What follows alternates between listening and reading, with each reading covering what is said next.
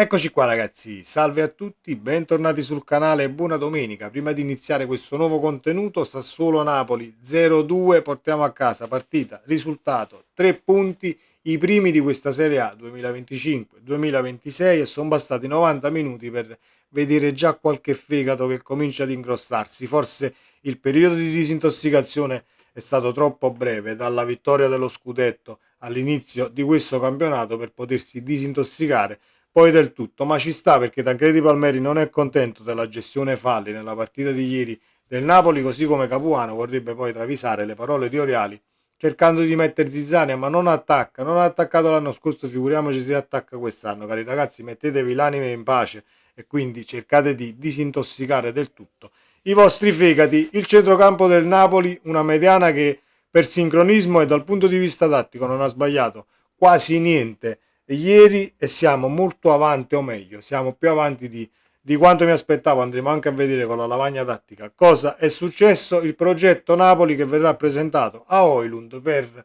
portare a casa il calciatore all'ombra del Vesuvio. Fatemi sapere la vostra qui sotto nei commenti, iscrivetevi al canale se volete attivando la campanellina così restate aggiornati in maniera cronologica. Se vi piace questo video un bel like, fa piacere al sottoscritto e diamo una mano all'algoritmo. Per la sezione fegati che si ingrossano dopo i primi 90 minuti, ci togliamo subito il dente. Tancredi Palmeri non è contento della gestione falli, tant'è vero che dice anche a velocità normale sembrava tutta la vita seconda ammonizione per Conè, ma se lo andiamo a rivedere va netto sul pallone e non trascina nemmeno il piede. Da regolamento quello è un giallo sacrosanto, non può intervenire così. E mi rivolgo ai calciatori del Napoli in determinate situazioni come quella di ieri che hanno visto poi scattare la seconda ammonizione per Conè. Dobbiamo fare molta attenzione anche noi perché intervenire con quella foga a quella velocità,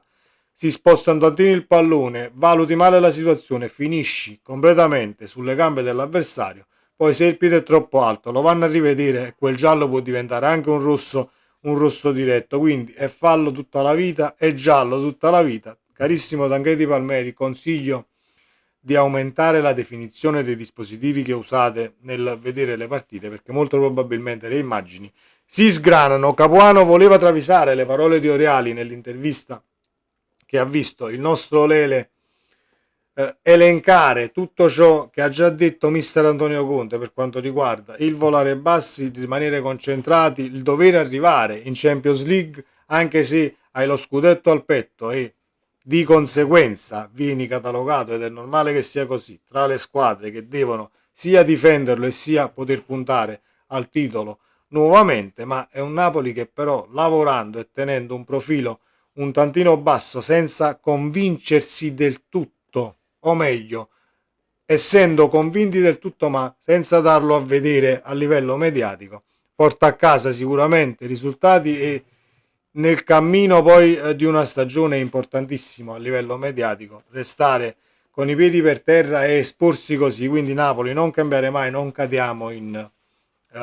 situazioni del genere, provocazioni poi di personaggi che contano meno di niente. La mediana del Napoli mi è piaciuta tantissimo ieri perché De Bruyne tornava indietro quando Anghissà andava ad attaccare la profondità in avanti e si appoggiava all'Lobotka come un doppio play. Nella prima pressione, quando il Napoli comunque accetta l'uno contro uno in fase di recupero, quando la squadra avversaria sta ripartendo ovviamente dal basso, De Bruyne andava sulla punta, sull'esterno, sul terzino, a sinistra molte volte, quindi hai questo centrocampo che sa perfettamente cosa deve fare. E poi dal punto di vista dell'incontrismo abbiamo calciatori che sanno il fatto loro, così come Anghissà, così come lo stesso McTominay, così come Lobotka e così come anche Kevin De Bruyne, che ha detto qui è diverso ma sono io che devo adeguarmi alla squadra. Caro Kevin, l'hai fatto già alla grande, si è già integrato molto ma molto bene nei sincronismi del Napoli dal punto di vista tattico, e questo è un elogio che va fatto anche al mister per il lavoro che è stato svolto durante i ritiri. Lucca non Lucca, messo già sulla bilancia, ha fatto bene, non ha fatto bene. Lucca ha fatto una partita da sufficienza, sei pieno, non c'è niente da, non c'è niente da andare a sindacare, insufficienza, eccetera, eccetera, anche perché i falli che ha preso, la foga forse nell'andarli a fare, bisogna dosarla, perché sei l'unica punta al momento, quindi ammonizioni, diffida, espulsioni, siamoci calmi perché poi dobbiamo trovare dei palliativi e schierare quel centrocampista come falso 9, l'abbiamo visto anche ieri, ma il Napoli l'ha fatto anche nelle amichevoli, cerchiamo di tenerlo come piano F, ecco, e cerchiamo di non sfruttarla così una situazione del genere, perché poi vai a perdere qualità in mediana. L'abbiamo analizzato anche ieri in live, però il Napoli dal punto di vista del sincronismo con tutte le scalate fatte bene, a me ha impressionato, devo dire la verità, perché non credevo di essere così avanti dal punto di vista tattico. Poi Meret, non Meret, quella presa andava fatta meglio, le uscite, con i piedi abbiamo rischiato, sono tutte situazioni che già conoscevamo, fondamentali, dove il nostro portiere non è che ieri era il più forte con i piedi nelle uscite, oggi ci ritroviamo qualche situazione letta male, è sempre stato così, quindi non vedo come può portare scalpore, ecco, una situazione del genere. È un Napoli che ha fatto molto ma molto bene per quanto riguarda l'approccio, rifacendomi anche alle parole di Conte nell'intervista post partita. Avevo chiesto questo, il Napoli è stato molto ma molto bravo nel pronti via e mettere le cose in chiaro contro una squadra che tecnicamente si valida, ma sei superiore e devi comunque farti valere sia per lo scudetto che hai al petto e sia perché dal punto di vista tecnico sei comunque di un altro livello, ed ecco che devi uscire fuori prima o poi e sbloccare la partita, che è stata sbloccata poi molto prima di quanto pensavo, anche perché le mattonelle erano quasi le stesse, li abbiamo lasciati con il gol al Cagliari, l'assist di Politano e diciamo il gol di McTominay che poi ha portato lo scudetto. Lukaku la chiude la partita, ma McTominay comunque fa il gol pesante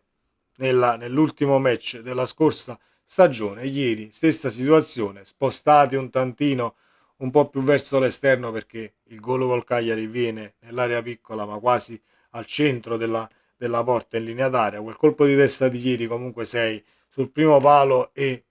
McTominay da attaccante puro quasi impatta il pallone in maniera impeccabile sul cross di Politano, andiamo poi in vantaggio e il doppio vantaggio arriva da un calcio di punizione che tutti quanti e in molti stanno dicendo sì, ma quella punizione doveva essere un cross, c'è stato anche un po' di fortuna, per non dire altro. A quelli che parlano di fortuna vorrei un attimo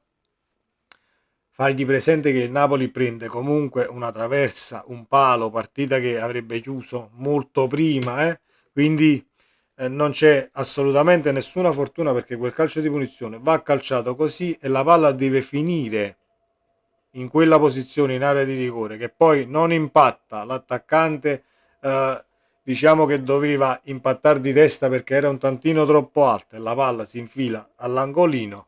È una condizione normalissima e sono quelle palle molto ma molto viscide da leggere anche per quanto riguarda i portieri. Detto questo, caro Napoli, continuiamo così, ci sarà il Cagliari, concludiamo queste due partite prima della sosta e le nazionali che giocheranno magari con i 6 punti in saccoccia in totale, relax, così poi si abbassano anche le temperature, cominciamo a boccheggiare di meno, perché c'è anche da considerare in un giudizio totale che siamo comunque nemmeno a fine agosto e le scorie di preparazioni, ritiri precampionato ci sono per tutti. Ecco, vedendo comunque partite giocate ieri, ti ritrovi un Milan che perde in casa con la Cremonese. Sono tutte situazioni che possono succedere a inizio campionato, dove ci sono tutte le incognite del caso. Ecco perché bisogna restare molto ma molto concentrati e sul pezzo. Il Napoli l'ha fatto molto bene e con due calciatori su tutti, ma non voglio fare il tipo che è stato solo merito di De Bruyne e McTominay, anche se la differenza di qualità e di mentalità di alcuni calciatori si vede ed è palpabile quando toccano il pallone e quando approcciano tutte le partite, al di là della competizione che vai a giocare. Detto questo, Højlund e la situazione mercato, perché questa mattina ci fanno sapere che il Napoli è pronto a fare l'ultimo passo, quasi a presentare comunque il progetto per convincere il calciatore. La gara contro il Sassuolo è stata al centro delle attenzioni, ma dal Best Western di Reggio Emilia le trattative sono andate avanti, spedite un po' meno Antonio Conte concentrato sulla gara, un po' di più Giovanni Manna per quanto riguarda il mercato, che nonostante l'infortunio a tendine d'Achille eccetera eccetera, le vie per Manchester non sono infinite ma hanno fruttato passi avanti. Ieri i contatti sono andati avanti prima della gara del Mapei, con il club inglese c'è un accordo sulla parola per la formula dell'affare che porterebbe Højlund in azzurro. Il club non vuole inserire l'obbligo di riscatto tra un anno, ma semplicemente riservarsi un diritto a fine stagione per fare suo il danese a titolo definitivo. I Red Devils, a pochi giorni dalla chiusura delle trattative, sembrano aver aperto a questa possibilità. C'è da conquistarsi il sì del calciatore sul piatto, un contratto ricco di 4 milioni di euro più bonus e un progetto interessante per poter sviluppare il Napoli e il progetto insieme già da quest'anno. Auguriamoci che sia l'ultima mossa e sia decisiva e che il Napoli lo chiuda quanto prima, così abbiamo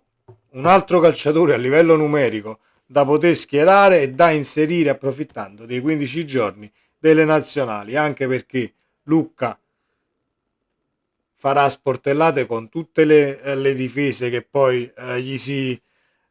porteranno e gli verranno contro, ma dobbiamo avere sia a livello numerico che sia a livello tattico l'altra punta. Højlund è la scelta giusta, lo vedremo e lo scopriremo solo vivendo se è stato valutato Højlund come profilo e il Napoli sta cercando di affondare. Ci sarà stato il colloquio tra tutte le parti, che sia Conte, staff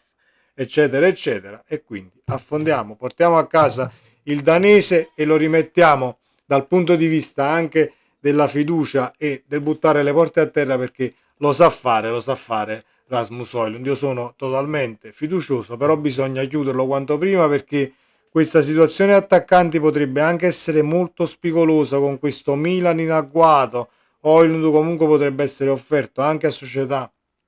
europee, così come qualche tedesca, e dobbiamo sbrigarci nel chiudere definitivamente la trattativa. Sempre Forza Napoli, 3 punti in saccoccia, ci godiamo il resto della giornata di campionato che continuerà sia oggi che domani, e vedremo poi le altre come si comporteranno. Sempre Forza Napoli, ciao!